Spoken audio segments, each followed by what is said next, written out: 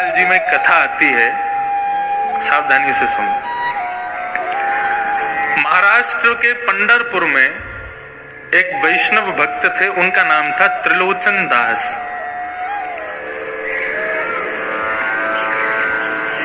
अपनी युवावस्था में ब्याह के बाद उनको कोई संतान नहीं हुई, तो वो निश्चिंत रहे, चिंता नहीं की। उन्होंने कहा श्री पंडरीनाथ भगवान ने हमको संतान नहीं दी, क्यों? क्योंकि पंडरीनाथ भगवान हमारे पुत्र हैं, वे ही हमारे पुत्र के रूप में है, इसलिए हमको उन्होंने कोई संतान नहीं दी।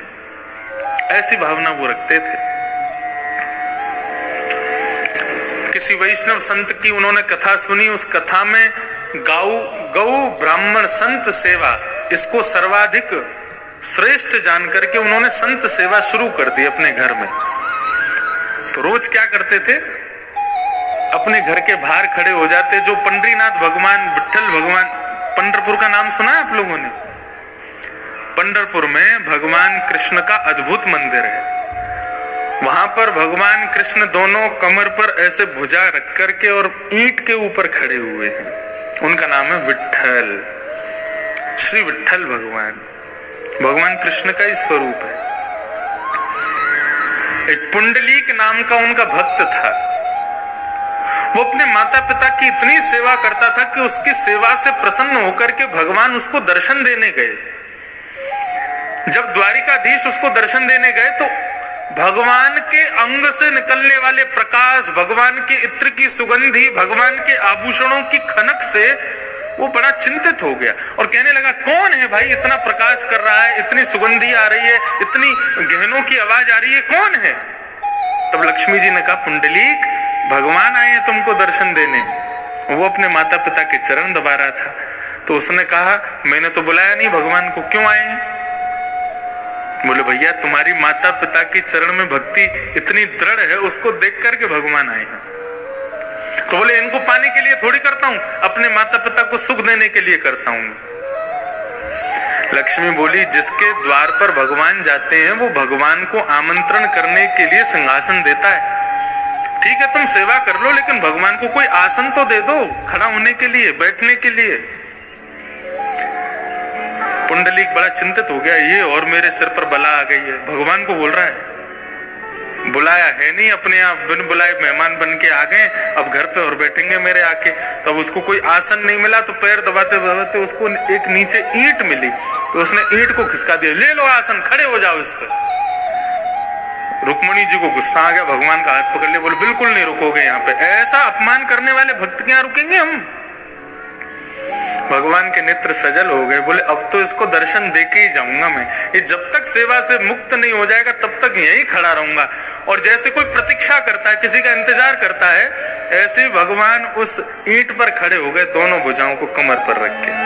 आज भी वो पंडरीनाथ भगवान आज भी ईंट पर खड़े हैं। ऐसा अद्भुत मंदिर पूरे भारत में नहीं है। प्रत्येक मंदिर में आपको दूर से दर्शन होगा, लेकिन केवल श्री विट्ठल भगवान का मंदिर है जहां पर भक्त भीतर जाकर के पंडरीनाथ भगवान को गले लगा सकते हैं। गले लगाओ तब वहां से बाहर जाओ। जब गले लगाते हैं तो भगवान की इत्र की सुगंधी पूरे हमारे अंग में आ जाती है। इतना सुंदर मंदिर है, अद्भुत। तो पंडरीनाथ भगवान को त्रिलोचन जी अपना पुत्र मानते थे, ये कथा में बोल रहा था।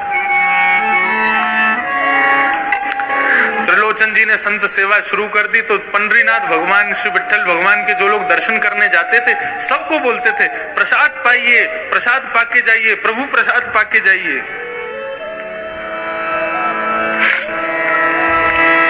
अच्छा, एक मैं नियम आपको बता के जाऊं। इस कथा के जो मुख्य आयोजक परिवार हैं,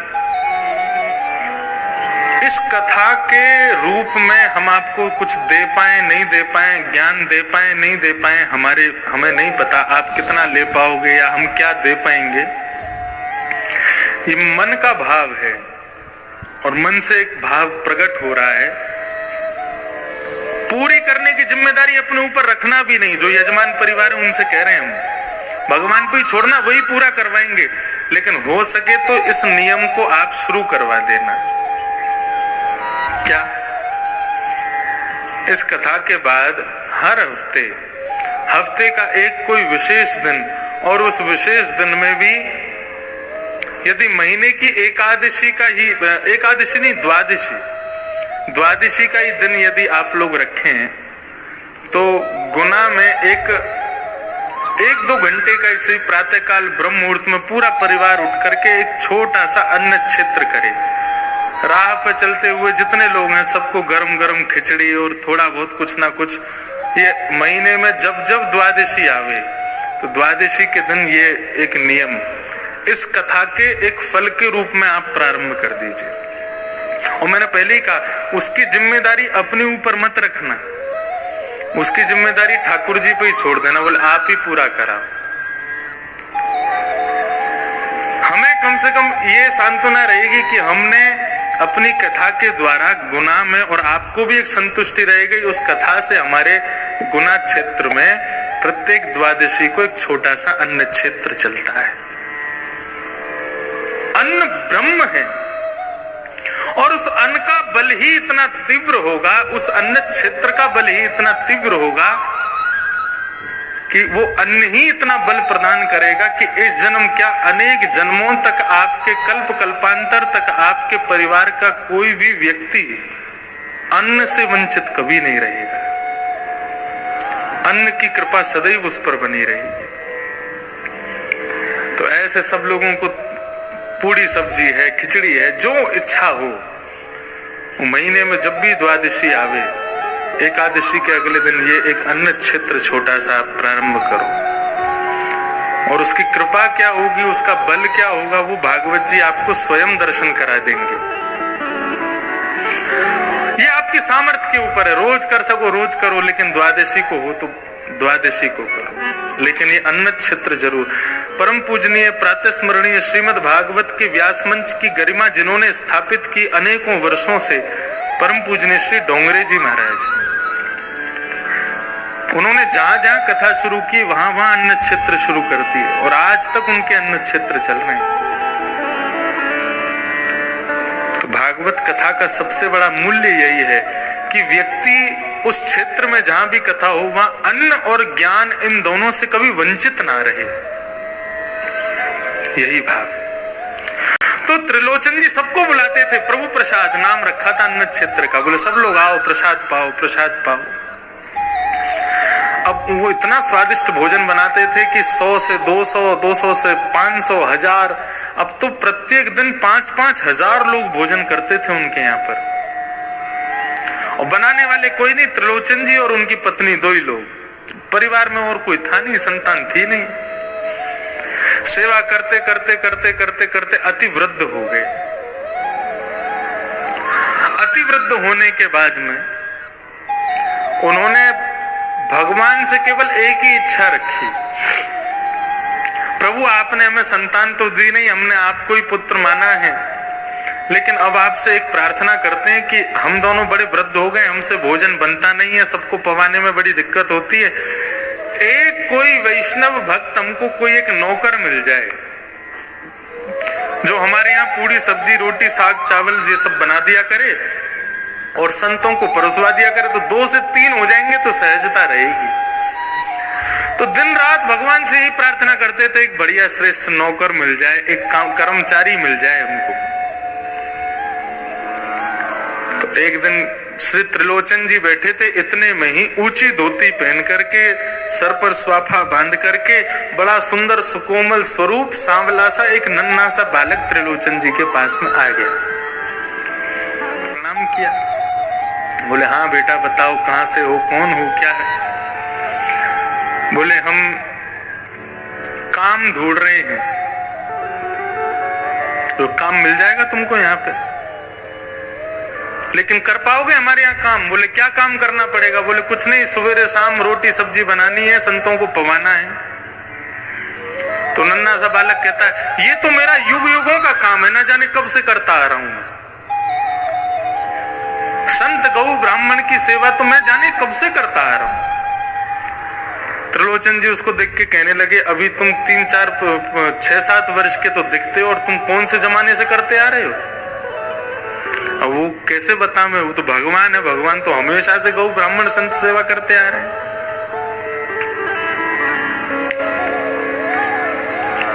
एक पंचतंत्र की कथा में यह भाव बताया जाता है।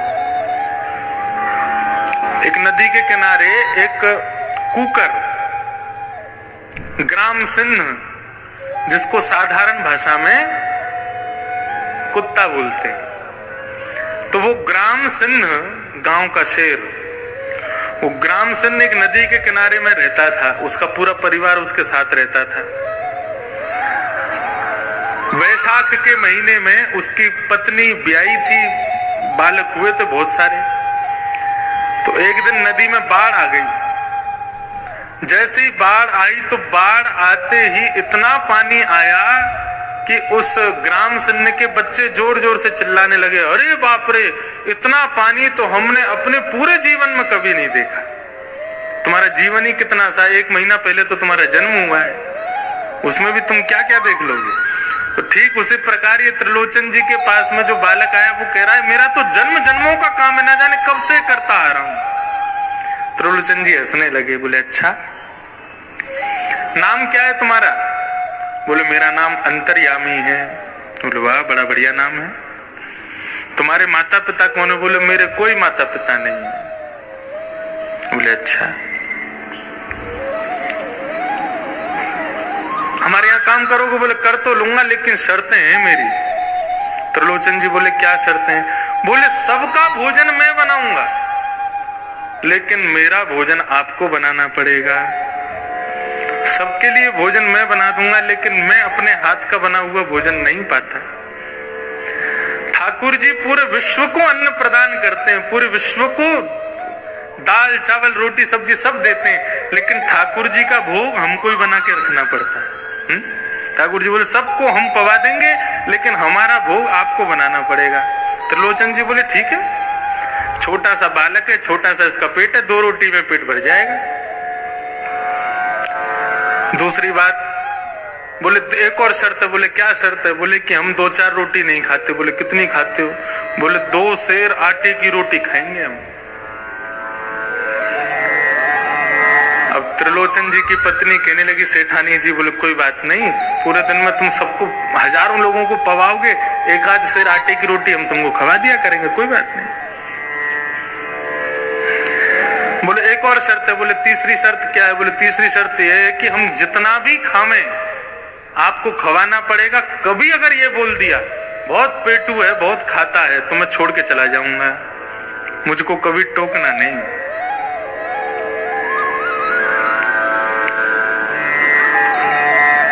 बोले नहीं, हम क्यों टोकेंगे, हम कभी नहीं टोकेंगे। भगवान की लीलाएं बड़ी अपरंपार हैं। आप लोग कभी उदयपुर की तरफ जावें, राजस्थान, तो वहां हमारे श्री गोवर्धन नाथ भगवान विराजते हैं, श्रीनाथ जी। उनका स्वरूप कैसा है? एक भुजा ऊपर, दूसरी भुजा कमर पे। सबने चित्र में तो दर्शन किए, लेकिन मध्य प्रदेश छत्तीसगढ़ के लोगों को बहुत कम पता है नाथ द्वार के बारे में। तो वहां श्रीनाथ जी का मंदिर है, और श्रीनाथ जी के मंदिर में ही श्रीमद जगत गुरु वल्लभाचार्य जी के सेव्य ठाकुर जी, हजारों वर्ष पुराने ठाकुर जी हैं। इतने से लड्डू गोपाल हैं, हमारे अंगुष्ठ के बराबर के लड्डू गोपाल। उनका नाम है नवनीत प्रिया। नवनीत कहते हैं मक्खन को, प्रिय कहते हैं उससे प्रेम करने वाले, नवनीत प्रिया। कैसे?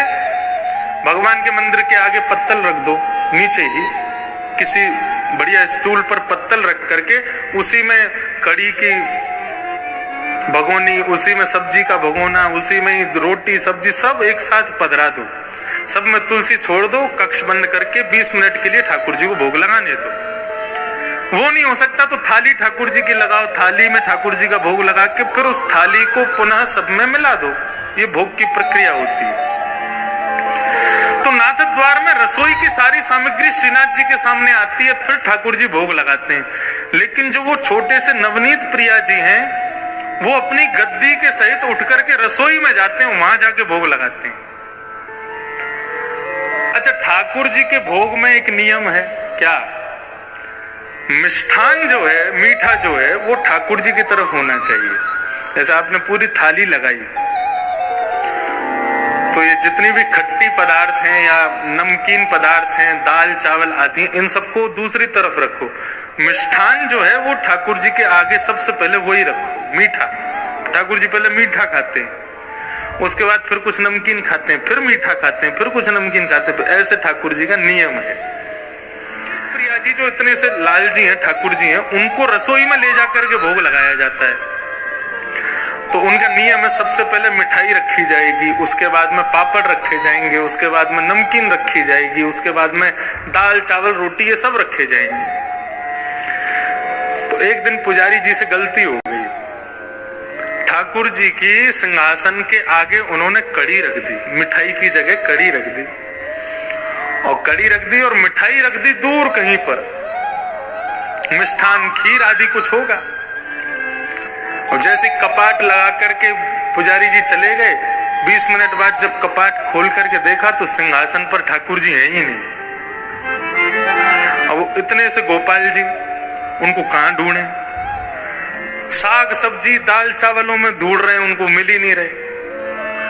सब जगह खोज लिया, नहीं मिले तो फिर छन्नी मंगाई, और छन्नी मंगा करके सारे रस पदार्थों को छाना गया। कहां गए ठाकुर जी? सबको छानते छानते अंत में जैसे वो कड़ी जो सामने रखी थी उसको जैसे ही छाना, उसमें ठाकुर जी मिल गए। तो पुजारी जी को लगा, वाह आपको कड़ी इतनी पसंद है, अब तो भैया रोज कड़ी बनेगी। अब तो 15 दिन तक रोज कड़ी कड़ी बन रही है महाराज, कड़ी का ही भोग लग रहा है और कुछ लगा ही नहीं रहे। बोले इतनी बढ़िया लगी कि उसमें कूद गए। तो एक दिन पुजारी जी के सपने में रोते हुए भगवान आए। पुजारी जी बोले क्या हो गया, आप रो क्यों रहे हो, हमसे सेवा में कोई अपराध हो गया? बोले तुम रोज कड़ी कड़ी खवा रहे हो। बोले उस दिन आप कूद गए कड़ी में तो हमको लगा आपको प्रिय है इसलिए लगा रहे हैं। बोले मुझे कड़ी प्रिय नहीं, मैं तो खीर खाने जा रहा था तो बीच में कड़ी पड़ गई, उसमें ही गिर गया। बोले कड़ी नहीं खीर का भोग लगाओ। तो ये सब अनुभव आपको भी होंगे यदि भाव से सेवा करो।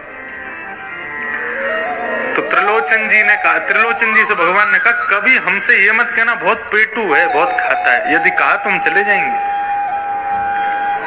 हमारे ठाकुर जी आते हैं हर कथा में। इतने से श्रीनाथ जी, श्री गिरधर लाल, अभी उनका उत्सव चल रहा था। अभी सुबह आस्था भजन पर भी वो चल रहा है 11 बजे से लेकर के 3 बजे तक। तो 11 से 1 बजे तक अपने घर पर आप कथा सुनो, भोजन पाते जाओ, और 1 बजे फिर यहाँ आ जाओ, 2 बजे से फिर यहाँ सुनो।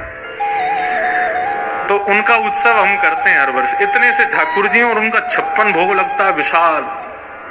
पाते हैं ठाकुर जी को भोग 3 चीज बहुत प्रिय है ठाकुर जी को।